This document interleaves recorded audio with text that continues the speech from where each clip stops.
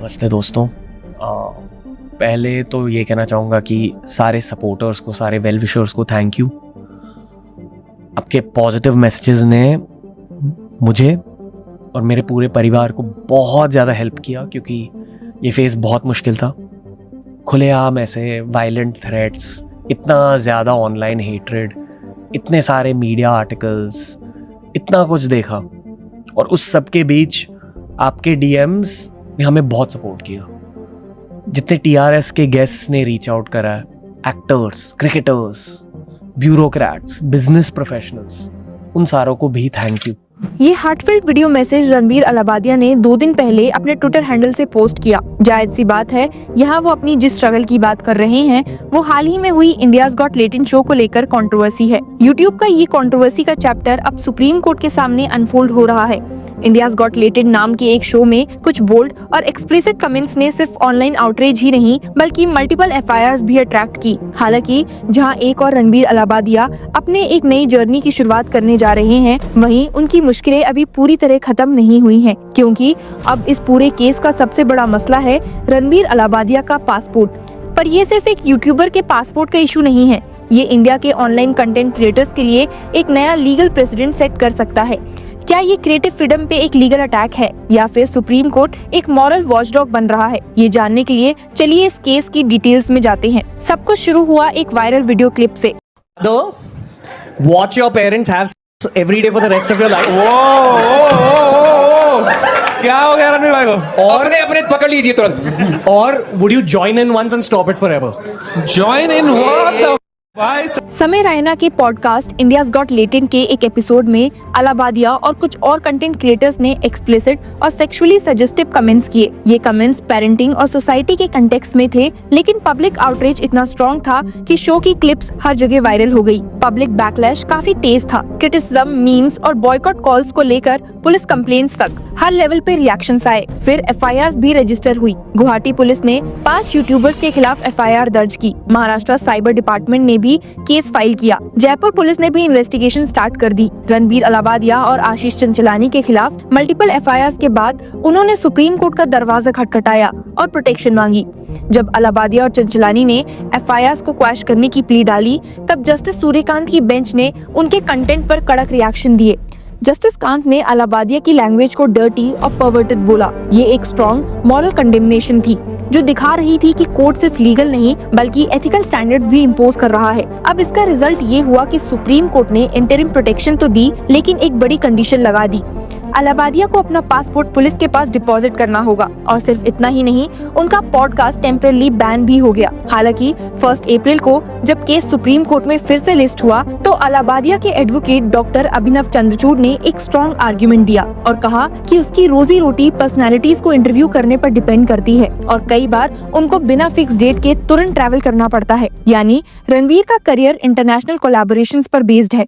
उन्हें ऐसे लोगों से मिलना पड़ता है जो या तो दूसरी कंट्रीज में रहते हैं या फिर उनके टीम मेंबर्स अब्रॉड होते हैं। चंद्रचूड़ ने फर्दर पॉइंट आउट किया कि अलाबादिया पहले ही मुंबई और गुवाहाटी पुलिस के सामने अपना स्टेटमेंट दे चुके हैं। नेशनल कमीशन फॉर वुमेन के सामने भी अपेयर हो चुके हैं। उन्होंने कोर्ट को एक अंडरटेकिंग भी फाइल की है कि उनका पॉडकास्ट आगे डिसेंसी मेंटेन करेगा और किसी भी सब जुडिस इशू पर बात नहीं करेगा। लेकिन अब सवाल है कि इतनी फुलफिलमेंट्स के बाद भी क्या सुप्रीम कोर्ट माना? आपको बता दूं कि आज सुप्रीम कोर्ट ने अलाबादिया की प्ली डिफर कर दी है और कहा है कि इन्वेस्टिगेशन कंप्लीट होने दो, उसके बाद ही पासपोर्ट वापस करने का डिसीजन लेंगे। मतलब 21 अप्रैल तक अलाबादिया का ट्रैवल अब्रॉड ब्लॉक्ड है। ये इसलिए हुआ क्योंकि जब जस्टिस कांत ने पूछा कि इन्वेस्टिगेशन का स्टेटस क्या है, तब सॉलिसिटर जनरल तुषार मेहता ने क्लियर किया कि 2 हफ्ते और लगेंगे। इसके बाद कोर्ट ने ऑर्डर पास किया और कहा, learned solicitor general informs that investigation in ongoing FIRs is likely to be completed in 2 weeks.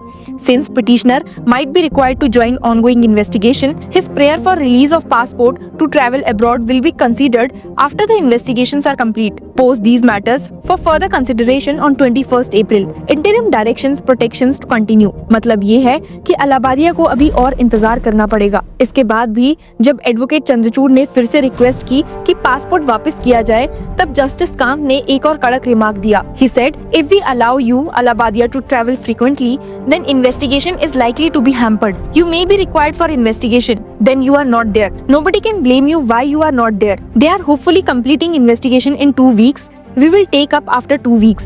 Then we will permit you to. यानी कोर्ट ये कह रहा है कि अगर अलाबादिया फ्रीली ट्रैवल करने लग गए तो इन्वेस्टिगेशन कंप्लीट होने में दिक्कत हो सकती है। पर ये आर्ग्यूमेंट कितना वैलिड है? क्या ये एस्टैब्लिश्ड यूट्यूबर जो पहले ही इन्वेस्टिगेशन में कोऑपरेट कर रहा है, उसको अननेसेसरी रोकने का एक ड्रैकोनियन स्टेप नहीं है? इस हियरिंग के दौरान एक और बड़ा डेवलपमेंट हुआ। अलाबादिया के साथ साथ आशीष चंचलानी भी अपने लीगल बैटल लड़ रहे हैं। चंचलानी के advocate senior advocate Ajay Tiwari और चंद्रचूड़ ने रिक्वेस्ट की कि मल्टीपल एफआईआर्स को क्लब कर दिया जाए, मगर जस्टिस कांत का रिएक्शन न्यूट्रल था। He said, "We will see what is to be done." मतलब ये मुद्दा अभी भी वहीं लटका हुआ है। केस में हुई प्रोसीडिंग्स को देखते हुए एक और बड़ा सवाल ये है कि क्या ये केस इंडिया के ऑनलाइन कंटेंट के लिए एक प्रेसिडेंट सेट करेगा? सुप्रीम कोर्ट ने पहले ही इंडिकेट कर दिया है कि वो यूट्यूब और सोशल मीडिया के ऑब्सीन कंटेंट को रेगुलेट करना चाहते हैं। यूनियन गवर्नमेंट से भी पूछा गया है कि इस इशू पे क्या स्टेप्स लिए जा सकते हैं। ये केस एक ऐसे लॉ के बेस बन सकता है जो ऑनलाइन कंटेंट पर स्ट्रिक्ट कंट्रोल इंपोज करे। अगर ऐसा होता है तो यूट्यूबर्स और पॉडकास्टर्स को नए सेंसरशिप लॉज का सामना करना पड़ सकता है। अब सबसे बड़ा सवाल ये है कि क्या 21 अप्रैल को अलाबादिया को रिलीफ मिलेगा? अगर सुप्रीम कोर्ट एक स्ट्रिक्टर कंटेंट रेगुलेशंस इंपोज करता है तो इंडिया के सारे डिजिटल क्रिएटर्स के लिए नए सेंसरशिप रूल्स आ सकते हैं। 21 अप्रैल को क्या होता है ये तो वक्त ही बताएगा। Stay tuned with us to get all the updates. जिंदगी के सबसे लो मोमेंट्स में आपको ये पता चलता है कि आपके रास्ते में सिर्फ सफलता आपके साथ नहीं चलेगी, आपको फेलियर का सामना करना होगा। इसलिए आज मैं बस दिल की बातें आपके सामने पेश करूँगा, स्पेशली उन लोगों के लिए जिन्होंने इतने सालों तक हमें हेल्प किया।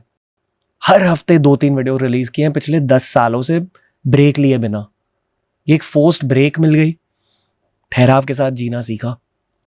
ये जाना है कि इतने सारे भारतीय हमें परिवार का एक सदस्य मानते हैं, इतने सारे लोग मुझे बेटा मानते हैं, इतने सारे लोग मुझे एक भाई मानते हैं। मेनली उन सारों को सॉरी। आने वाले 10, 20, 30 सालों में जब तक भी कंटेंट क्रिएट करूँगा, ज़्यादा रिस्पॉन्सिबिलिटी के साथ मैं कंटेंट क्रिएट करूँगा। ये मेरा वादा है आपसे। मैं ये समझाऊँ कि मेरे शोल्डर्स पर कितनी बड़ी रिस्पॉन्सिबिलिटी है। आप अगर मुझे परिवार का सदस्य मानते हो, ये सबसे बड़ी रिस्पॉन्सिबिलिटी होती है। इतने सारे बच्चे भी हमारा शो देखते हैं। ऑब्वियसली गोइंग फॉरवर्ड मैं बहुत ज़्यादा रिस्पॉन्सिबिलिटी के साथ मेरा वर्क कैरी ऑन करूँगा। I have responsibility towards you. मेरे साथ जो 300 लोग काम करते हैं उनकी वो रिस्पॉन्सिबिलिटी है, उनकी फैमिलीज़ की वो रिस्पॉन्सिबिलिटी है। इस TRS के रीस्टार्टिंग फेज़ में जितने लोगों ने अब तक हमें सपोर्ट किया, उन सारों से एक ही रिक्वेस्ट है कि हो सके तो आपके दिल में मेरे लिए प्लीज़ जगह फिर से बनाना।